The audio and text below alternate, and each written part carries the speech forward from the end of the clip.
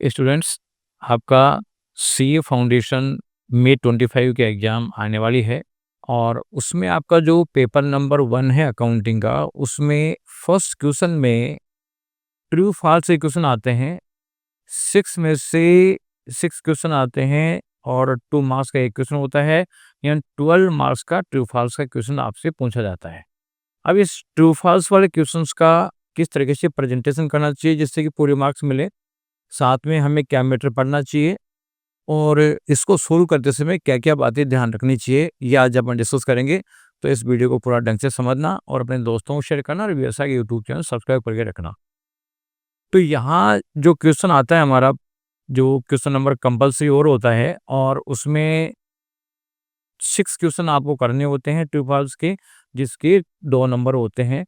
अब इसमें क्या-क्या रिक्वायरमेंट होती है आईसीएआई की, तो आईसीएआई की जो रिक्वायरमेंट है उसके हिसाब से आपका ट्रू फॉल्स भी सही होना ज़रूरी है और साथ में उसका जो रीजन है वो भी सही होना ज़रूरी है।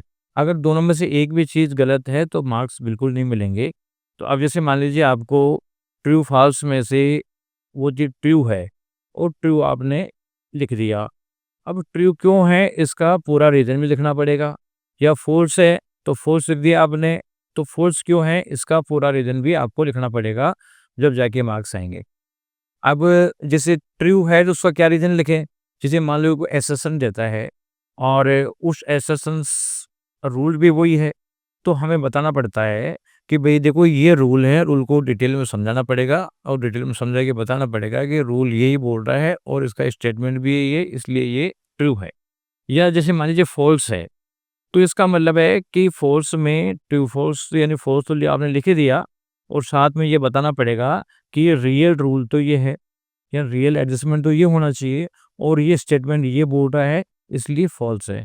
कुल मिला के चाहे ट्रू हो चाहे फ़ॉल्स हो, आपको रियल रीज़न जो है, बेसिक रूल्स हैं, वो तो आपको समझाने ही पड़ेंगे और उसके बाद में आप ट्रू है तो बताना है कि भाई अकॉर्डिंग टू रूल है और फ़ॉल्स है तो बताना पड़ेगा कि अगेंस्ट द रूल है। तो ये तो आपको प्रेजेंटेशन का तरीका है जिसमें दोनों चीज़ लिखना होता है। अब इसके लिए तैयारी क्या करें, ये समझने की बात है। तो देखो यहाँ जो ट्रू फॉल्स होता है तो लगभग आधे क्वेश्चन तो ऐसे होते हैं जो प्रैक्टिकल क्वेश्चन को सोल्व करने के लिए जो थ्योरी अपन पढ़ते हैं उसमें काम आने वाले होते हैं। तो ये थ्योरी तो ज़्यादातर बच्चों को पता रहती है, क्योंकि प्रैक्टिकल क्वेश्चन तो अकाउंट्स में करते ही करते हैं और उसके लिए जो बेसिक रूल्स हैं वो थ्योरी बच्चा पढ़ता ही पढ़ता है। तो ऐसे क्वेश्चन तो बच्चों से फ्री भी हो जाते हैं, लेकिन कुछ क्वेश्चन ऐसे होते हैं जो थ्योरेटिकल चैप्टर से रिलेटेड आते हैं। प्योरली थ्योरेटिकल चैप्टर से, जैसे मान लीजिए आपका केपलन रेवेन्यू का चैप्टर हुआ या बेसिक कंसेप्ट का ये इसका ये चैप्टर हुए, इनमें से जो क्वेश्चन आता है तो उसकी थ्योरी आप लोगों को थोड़ा पढ़ना पड़ेगा और उसके लिए आप मॉड्यूल की थ्योरी को बेस बनाओगे तो इससे आपका पर्पस सोल्व हो जाएगा। तो आप जो प्रैक्टिकल बेस्ड थ्योरी आती है वो अलग से नहीं पढ़ोगे चल जाएगा, लेकिन थ्योरेटिकल क्वेश्चन जो प्योरली होते हैं वो तो आपको पढ़ना ही पड़ेगा। अभी रही बात कि past RTP MTP set study के जो ट्रू फॉल्स है उसको क्या करें? तो जो वो आरटीपी एमटीपी सेट स्टडी के जो ट्रू फॉल्स हैं, तो सिंपल सी बात है कि फाउंडेशन लेवल पे वहाँ से भी कुछ पार्ट रिपीट हो सकता है। इसलिए आप लोगों को जो 4-5 अटेम्प्ट की आरटीपी एमटीपी सेट स्टडी देख लेना टाइम मिले तो उससे कुछ क्वेश्चन मिल सकते हैं और बेसिकली आपने कांसेप्ट क्लियर कर लिया है, तो कोई भी किसी भी तरीके का एमसीक्यू आपका ट्रू फॉल्स वाला क्वेश्चन आएगा, तो ट्रू फॉल्स वाला क्वेश्चन करने की पोज़ीशन में आ जाएँगे।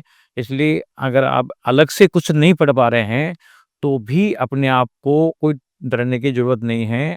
आप जो क्वेश्चन आप सब्जेक्टिवली पढ़ रहे हो, वो रीज़न्स आपके यहाँ पे आपके ट्रू फॉल्स में भी काम आ जाएँगे और यहाँ भी मार्क ला सकते हो।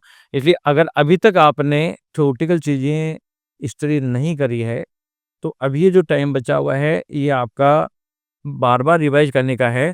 तो नया मैटर मत पढ़ना, जो मैटर पढ़ रखा है उसी को तैयार करो।